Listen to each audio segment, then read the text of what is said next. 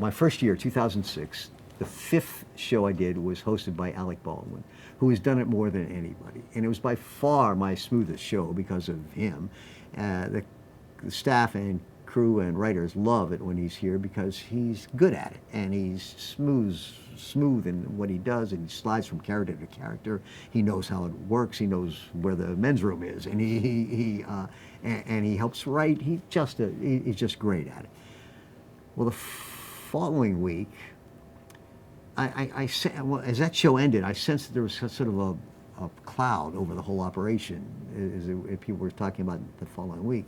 And I realized it was because the host and musical guest, one and the same, was a guy named Chris Bridges, also known as Ludacris, the rapper.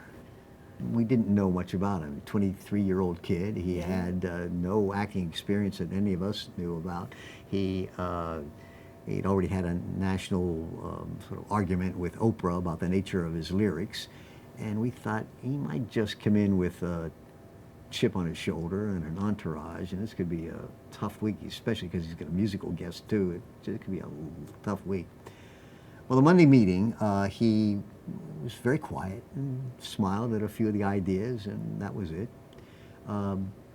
Tuesday, the host usually has nothing to do at all, maybe record a promo or something. I don't think he did any.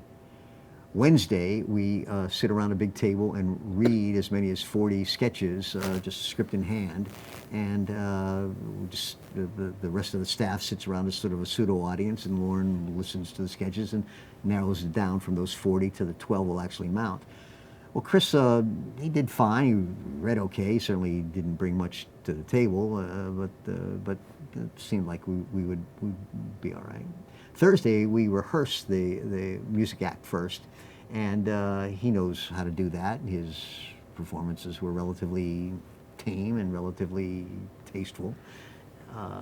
But then we rehearsed the first sketches. We rehearsed the easy sketches first, the ones that don't need much furniture, set design, set props, because they're not ready. Right. So the first thing we rehearsed was a talk show.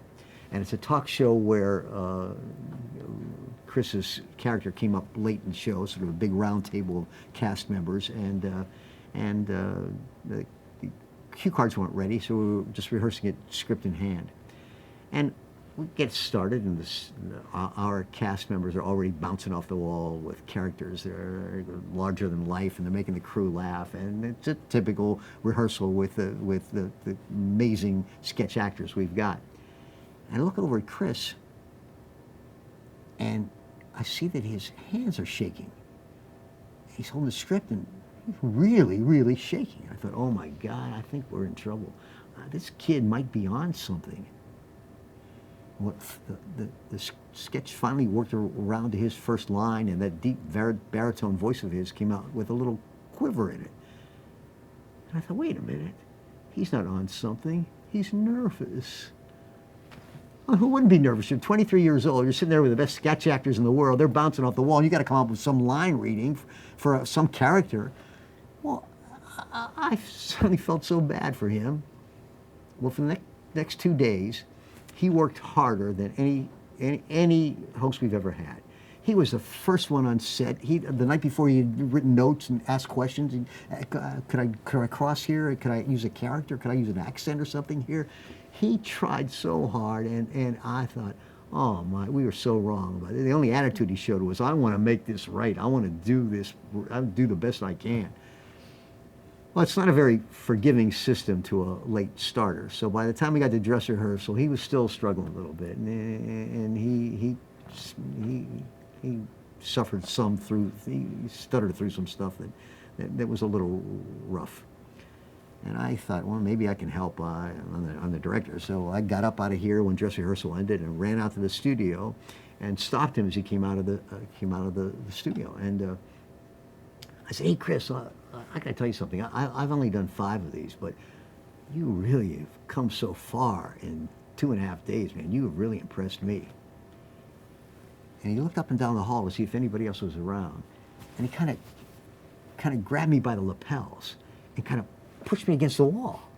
And he said, thank you so much for telling me that.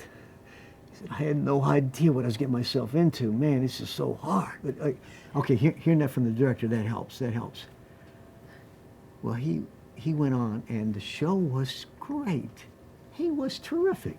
And there's one sketch in there that should be in the archives. He did a sketch late in the show with Daryl Hammond. They played two old guys sort of reflecting on life, and it was so touching. And he just, this rich character that contrasted so well with Daryl. And I thought, man, that kid fooled us all.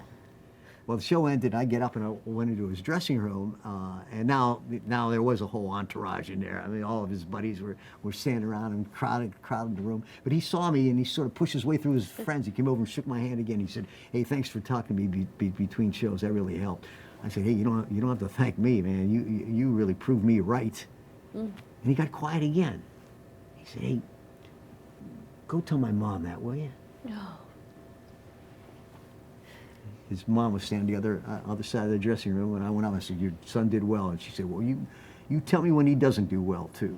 And he was kind of a straight-laced church lady, and it was so cool to see this tough gangster rapper who just wanted to make his mom proud. And that's exactly what it was.